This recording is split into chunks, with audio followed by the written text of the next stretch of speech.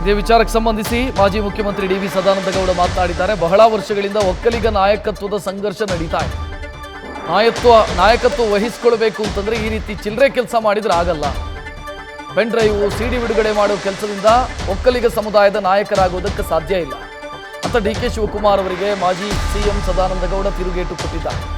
ಡಿ.ಕೆ. ಶಿವಕುಮಾರ್ ಕಲಾಕಾರರು, ಕರ್ನಾಟಕದಲ್ಲಿ ಅಂತ ಕಲಾಕಾರರು ಯಾರೂ ಇಲ್ಲ ಅಂತ ತಿಳಿದಿದ್ದಾರೆ.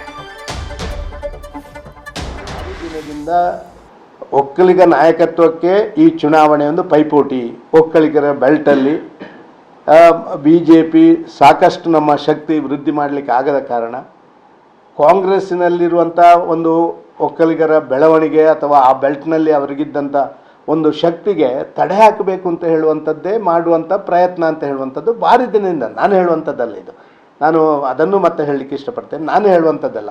ಆ ರೀತಿಯ ವಾತಾವರಣ ಎಲ್ಲ ಕಡೆಗಳಲ್ಲಿ ಸೃಷ್ಟಿಯಾಗಿರೋದು, ಸಮಾಜದಲ್ಲಿ ಸೃಷ್ಟಿಯಾಗಿರೋದು, ಮಾಧ್ಯಮದಲ್ಲಿ ಬಂದಿರುವಂಥದ್ದು ನಿಜ. ಆದರೆ ನಾನು ಒಂದು ಮಾತನ್ನು ಹೇಳ್ತೇನೆ, ಒಕ್ಕಲಿಗರ ನಾಯಕರಾಗಬೇಕಾದ್ರೆ ಇಂಥ ಸಣ್ಣ ಕೆಲಸ ಮಾಡೋದನ್ನು ಬಿಟ್ಟು ಒಳ್ಳೆ ಕೆಲಸದ ಕಡೆ ಹೋಗಬೇಕು.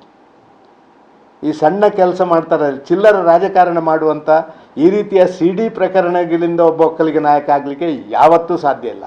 ಅಥವಾ ಯಾರಾದರೂ ಒಬ್ಬ ಒಕ್ಕಲಿಗ ನಾಯಕನ ಮೇಲೆ CD ಹರಿಬಿಟ್ಟ ಕೂಡಲೇ ಅವನನ್ನು ದಮನ ಮಾಡ್ತೇನೆ ಅಂತ ಹೇಳಿ ಅವ CD ನಾಯಕ ಆಗಲಿಕ್ಕೆ